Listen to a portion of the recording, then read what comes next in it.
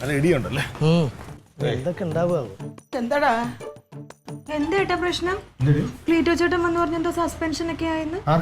ഏട്ടന് അപ്പൊ അത് അത്ര പേടിക്കാനൊന്നുമില്ല. ചെറിയൊരു വിഷയമുണ്ട്.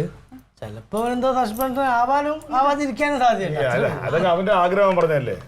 അതല്ല, നീ ഏതാ ചലഞ്ച് പങ്കുകൊണ്ടെന്നാ ഗവൺമെന്റിനെ ധിക്കരിച്ചെന്നാ അപമാനിച്ചെന്നാ അതുകൊണ്ടാണ് നിന്റെ ജോലി പോയതെന്ന്.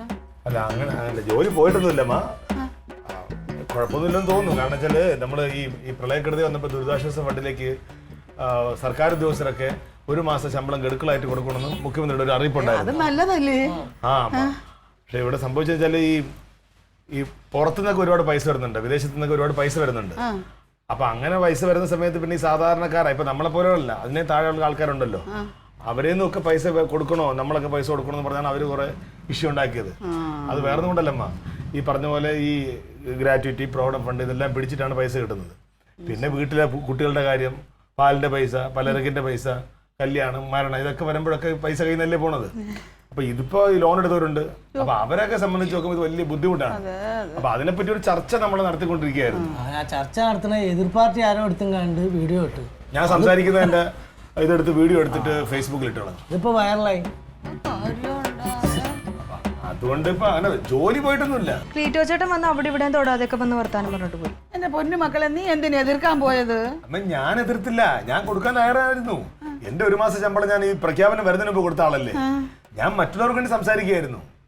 അപ്പോഴാണ് ഈ പറഞ്ഞ പോലെ വീഡിയോയിൽ ആരും എടുത്തിട്ട് അത് ഫേസ്ബുക്കിൽ ഇട്ടത്. എന്താണ്? അല്ല, ഞാൻ സംസാരിക്കുന്നതേ മറ്റുള്ളവർക്ക് വേണ്ടി സംസാരിക്കുന്നത് വേറെ ആരോ വീഡിയോ എടുത്തിട്ട് ഫേസ്ബുക്കിൽ ഇട്ടു. അപ്പൊ നിന്റെ ജോലിയുടെ കാര്യം എന്താ പറഞ്ഞ? അങ്ങനെ എന്റെ ജോലിക്ക് ഒരു കുഴപ്പമില്ല. ആണോ? ഞാൻ അപ്പോഴേ പറഞ്ഞില്ലേ അവൻ ആരാണ്ട് പറ്റിച്ചതാണെന്ന്. അല്ലാതെ അവൻ അങ്ങനൊന്നും സംഭവിക്കൊന്നുമില്ല. ഇവൻ പ്രസംഗിച്ച വീഡിയോ ഉണ്ടല്ലോ, അങ്ങ് ലോകം മുഴുവൻ അത് ഫ്ലാഷായി വൈറലായി. അത് നോക്കിയോ, അല്ലെങ്കിൽ ഷൈൻ ചെയ്യാൻ നോക്കിയത് സഹപ്രവർത്തകരുടെ മുമ്പിൽ. നിന്റെ താരം പറഞ്ഞ എന്റെ ജോലി പോയത്? നീ പത്രം ഒന്നും വായിക്കാറില്ലേ? 2 ദിവസം മുമ്പ് പത്രത്തിൽ ഇതുപോലെ സാലറി ചലഞ്ചിനെ എതിർത്തവന് ഇതുപോലെ സസ്പെൻഷൻ കിട്ടി. അപ്പൊ നിനക്കും അത് ബാധകമല്ലേ? ഊഹമൊന്നുമല്ല, ഇതിങ്ങനെയൊക്കെ വരും, നോക്കിക്കോളേ. സർക്കാർ കാര്യങ്ങളാണ്. ഹലോ സാർ,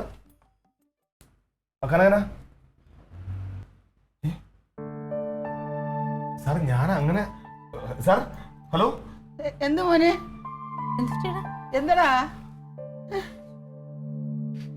നിന്റെ നാക്ക് പുഴുത്തോടാ. എന്താ കിട്ടി? എന്ത് സസ്പെൻഷൻ കിട്ടി എനിക്ക്.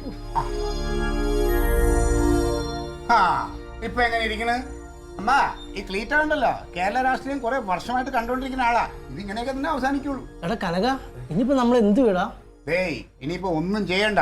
ഒരു സസ്പെൻഷൻ കിട്ടിയെങ്കിൽ 1 ദിവസം കൊണ്ടാണെങ്കിൽ ഫേമസ് ആയില്ലേ. നീ അഴകേശനെ വിളിക്ക്. ബെസ്റ്റ് കയ്യാ. സർക്കാരിന്റെ ഇതുപോലുള്ള സസ്പെൻഷനൊക്കെ പിൻവലിപ്പിക്കുന്ന ആളാണല്ലോ അമ്മ ഒപ്പിട്ട ഇപ്പൊ പിൻവലിച്ചോളായി. കഷ്ടം തന്നെ. ഇറങ്ങി പോടാ എന്റെ വീട്ടിൽ നിന്ന്. ഒരു പ്രശ്നം വന്നപ്പോ ഒന്ന് ചിരിക്കുന്നത് കണ്ടില്ലോ മോനെ? എനിക്കിപ്പോ സംശയമുണ്ട്, നീ പൊതുജനങ്ങൾക്ക് വേണ്ടി സംസാരിച്ചോണ്ടിരുന്നപ്പോ യവനാ പാത്ത് പതുങ്ങി വന്ന് ആ വീഡിയോ പിടിച്ചതെന്ന്. ഇനിയിപ്പോ നിങ്ങൾ എങ്ങനെ വ്യാഖ്യാനിച്ചാലും എനിക്ക് കുഴപ്പമൊന്നുമില്ല. നിനക്ക് സസ്പെൻഷൻ കിട്ടിയല്ലോ, നേതാവാലോ.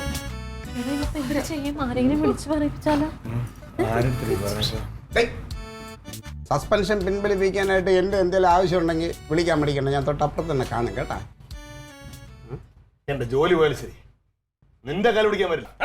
അയ്യോ, ഞാൻ പറഞ്ഞേ ഉള്ളു, വേണമെങ്കിൽ മതിയടേ. ഞാൻ വരുന്നില്ല. സഹപ്രവർത്തകർക്ക് വേണ്ടിയിട്ടല്ലേ അപ്പൊ അവരോട് യൂണിയൻ ഇടപെട്ട? എനിക്ക് അറിഞ്ഞോടേ.